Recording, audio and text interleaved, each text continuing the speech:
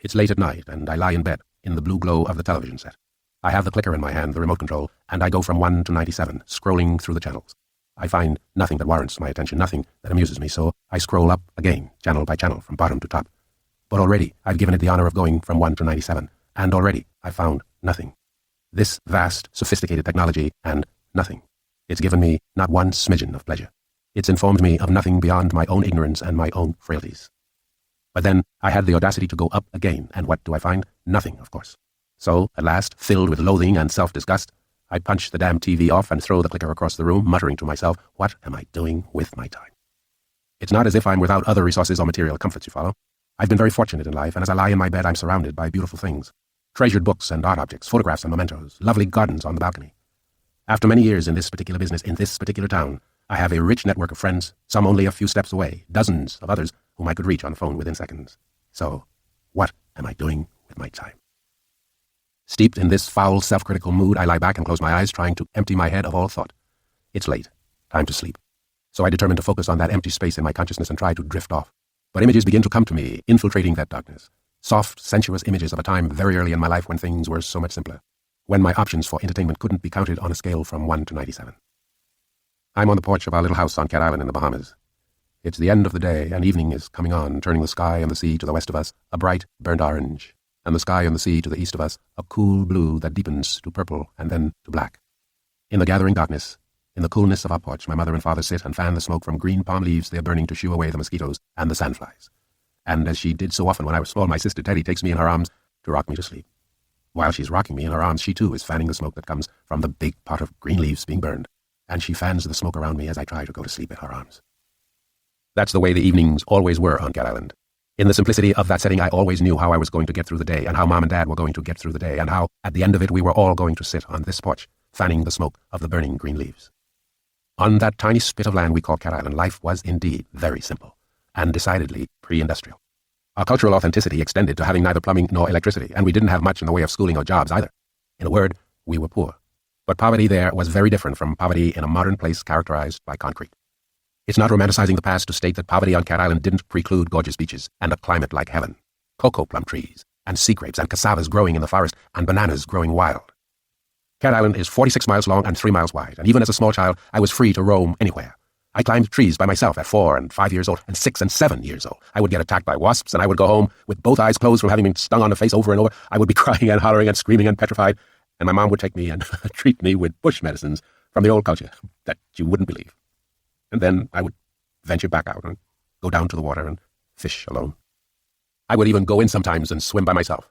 I had the confidence because when I was very small, my mother threw me in the ocean and watched without moving as I struggled to survive. She watched as I screamed and yelled, gulped and flailed in a panic-stricken effort to stay afloat. She watched as I clawed desperately at the water, unable to manage more than a few seconds before starting to sink beneath the surface. She watched as the ocean swallowed me second by second. Then, mercifully, my father's hand reached under, fished me out, and handed me back to my mother, who threw me back in again and again and again, until she was convinced that I knew how to swim.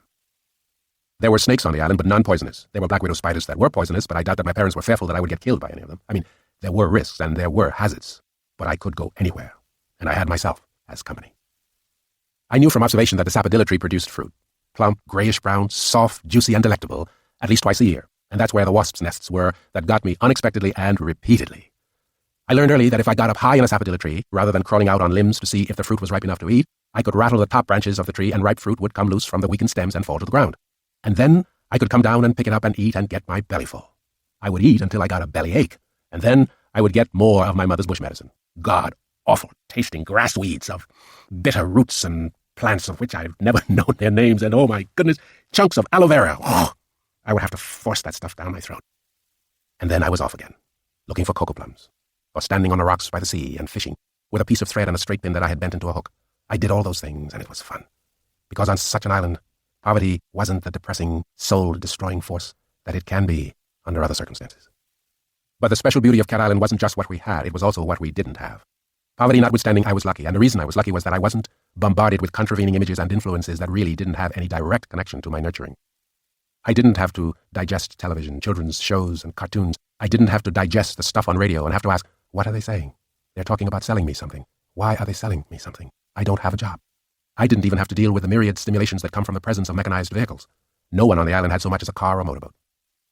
Now, if you take children in the modern United States that you and I are living in, they probably have a mom and a dad, or at least one parent, a set of grandparents possibly, and some siblings.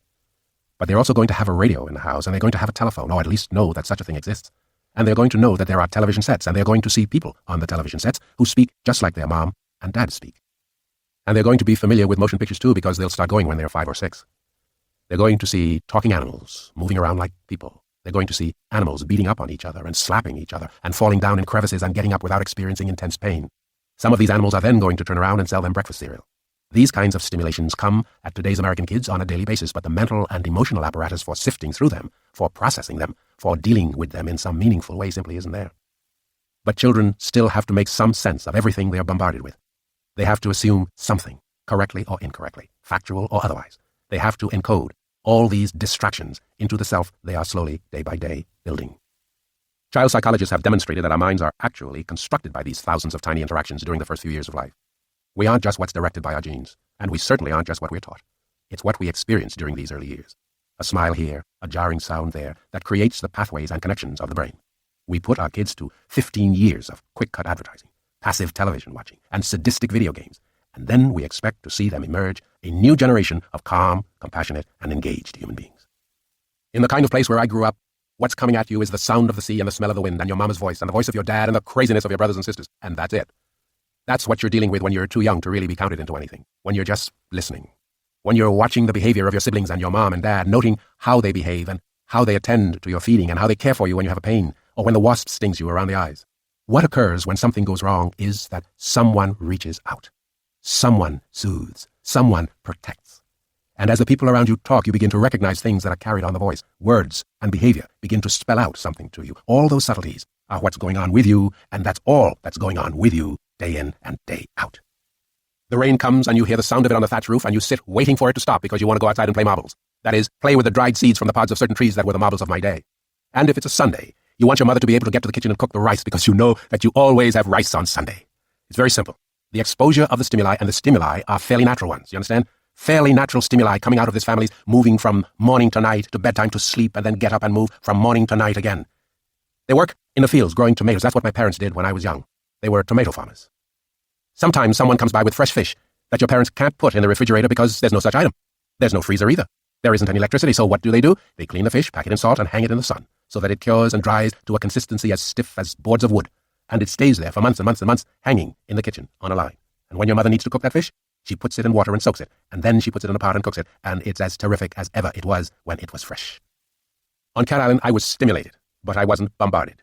I knew how I was going to get through the day and how Mom and Dad were going to get through the day and how we were all going to sit on the porch at the end of the day together, fanning the smoke from the pot of burning leaves to shoo away the mosquitoes and the sandflies. There wasn't a paved road on Cat Island. There wasn't a telephone on Cat Island. There were no stores except for a few petty shops, so my clothes, for instance, were made out of the cloth of grain sacks. But Cat Island had plenty of paths. You walked pathways, trails that were there just because people had chosen a particular route as the quickest way for them to get from point A to point B. But most pathways were no more than maybe 3 or 4 feet wide. On either side of the 3 or 4 feet, things grew wild. There were weeds, yes, and bushes and trees, but flowers were almost everywhere, and they bloomed like